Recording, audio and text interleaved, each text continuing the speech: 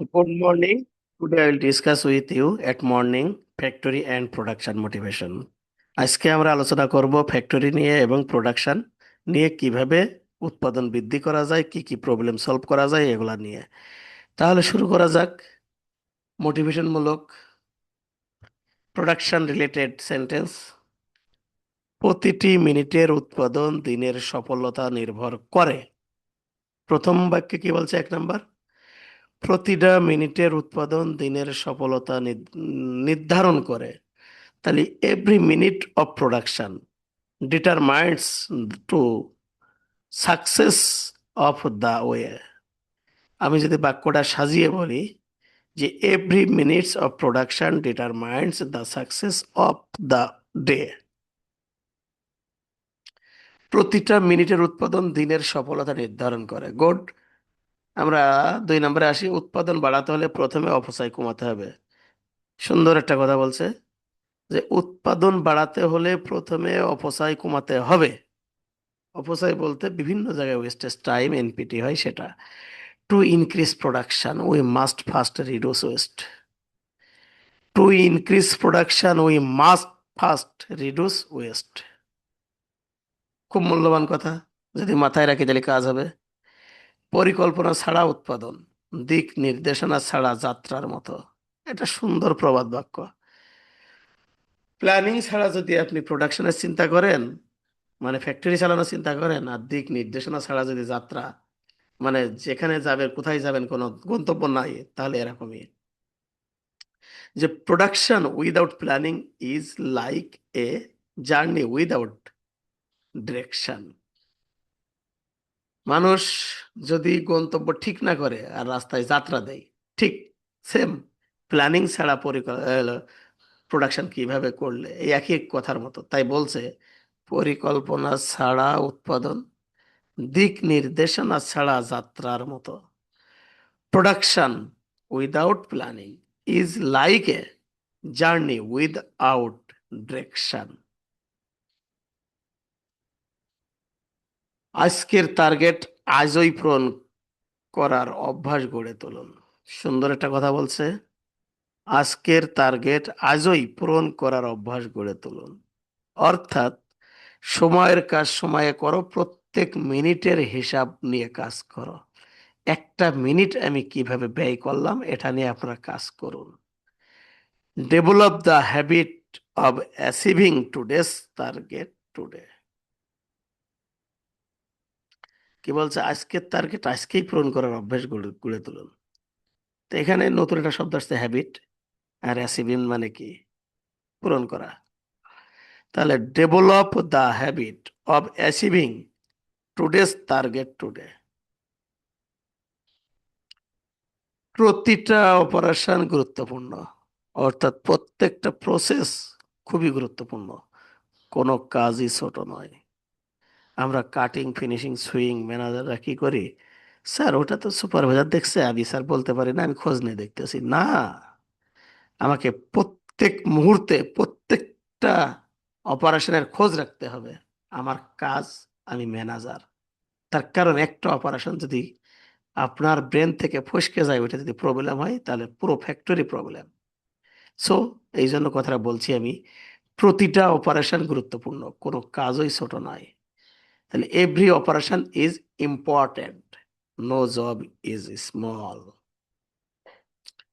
No work is small, no job is small, no tax is small. এখানে job দিয়ে বোঝানো হয়েছে দ্রুত কাজ করুন কিন্তু মানের সাথে কোনো আপোষ নাই। কথাটা কেমন? হ্যাঁ, তুমি প্রোডাকশন বাড়াবে, কাজও বেশি করবে, কিন্তু কোয়ালিটি আগে। কোয়ালিটি আগে। কোয়ালিটি ঠিক রেখে তারপরে প্রোডাকশন বাড়াতে হবে। আর কোয়ালিটি খারাপ হইলে প্রোডাকশন এমনিতেই কম হয়। তাই দ্রুত কাজ করুন, ওয়ার্ক ফাস্ট, কিন্তু মানের সাথে কোনো আপোষ নাই। But never compromise on quality. কি বলছে? But never compromise on quality. এখন কিছু বাজে 5টা 59 সকাল। সকাল 5টার ফজরের নামাজ পড়ে ওইটা আপনাদের জন্য এই মোটিভেশনটা তৈরি করেছি আমি। দ্রুত কাজ করুন, ওয়ার্ক ফাস্ট, কিন্তু মানের সাথে কোনো আপোষ নয়, but never compromise on quality. Good. একটি লাইনের শক্তি তার টিম ওয়ার্কের উপর নির্ভর করে। একটা লাইনে যখন 60 জন, 65 জন, 45 জন ম্যান পাওয়ার থাকে, তখন কি একজনই কাজ করে? না। তাই বলছি যে একটা লাইনের শক্তি তার টিম ওয়ার্কের উপর নির্ভর করে। লাইনের সবাই মিলে যদি এই কাজটা একযোগে যে আমরা করে দিব, তাহলেই সম্ভব। The strength of A line depend on it's team work. The strength of A line depends on it's team work. Number 8, সমস্যা দেখা দিলে অপেক্ষা নয়, তাৎক্ষণিক ব্যবস্থা নিন। আমরা কি করি?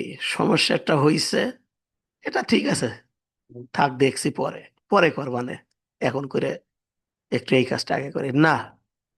সমস্যা দেখা দেওয়ার সাথে সাথে প্রত্যেকটা অপারেটর যদি তার সুপারভাইজার লাইন চিফকে বলে, লাইন চিফ যদি সমাধান না করে তার এপিএম কে বলে, এপিএম সমস্যার সমাধান করতে পারে নাই, সে পিএম কে জানাবে, পিএমও সমস্যা সমাধান করতে পারে নাই, শর্ট টাইমের ভিতরে তার ম্যানেজমেন্টকে জানাবে। এটা সর্বোচ্চ 10 মিনিট। তাই এই কথাটা আমি এভাবে লিখছি যে সমস্যা দেখা দিলে অপেক্ষা নাই, তাৎক্ষণিক ব্যবস্থা নিন। When a problem arise, take immediate action. When a problem arise, take immediate action. Number 9, ভালো উৎপাদনের ভিত্তি হলো শৃঙ্খলা এবং দায়িত্ববোধ। প্রতিদিনই আমি আপনাদেরকে বলি যে ডিসিপ্লিন, রেসপন্সিবিলিটি, হাউসকিপিং নিয়ে কথা বলি, কমপ্লায়েন্স নিয়ে কথা বলি, একটু সাজাইছি এইভাবে। ভালো উৎপাদনের ভিত্তি হলো শৃঙ্খলা ও দায়িত্ববোধ। Discipline and responsibility are the foundation of good production. বাহ! Discipline and responsibility are the foundation of good production. আমি লাস্টের লাইন বলি, মানে নাম্বার 10, আজকের অতিরিক্ত প্রচেষ্টা আগামীকালের সাফল্য নিশ্চিত করে। প্রতিদিনই আপনাদের বলি যে ভাই যেভাবেই হোক প্রোডাকশনটা আর একটু বাড়ান। যদি আপনি 5টা মিনিট আপনার extra ordinary, extra time, extra মেধা খাটান, তাহলে ওইটা আজকে ডেভেলপ না হলেও আগামীকাল ডেভেলপ অবশ্যই হবে। তাই আমি লিখছি, আজকের অতিরিক্ত প্রচেষ্টা আগামীকালের সাফল্য নিশ্চিত করে। Today's extra effort ensure tomorrow's success. এখন সর্বময় মিলে একটা মোটিভেশন। আমরা শুধু পোশাক তৈরি করি না, আমরা শুধু পোশাক তৈরি করি না, আমরা সময় মতো ক্রেতার বিশ্বাসও তৈরি করি। এর আগেও আমি একদিন আপনাদেরকে বলছিলাম যে আমরা শুধু পোশাক তৈরি করি না, আমরা মালিকের সম্মান রক্ষা করি, বায়ারের কনফিডেন্স তৈরি করি, বায়ারের আস্থা অর্জন করি। তাই আমি এটুকু লিখছি যে আমরা শুধু পোশাক তৈরি করি না, আমরা সময় মতো ক্রেতার বিশ্বাসও তৈরি করি।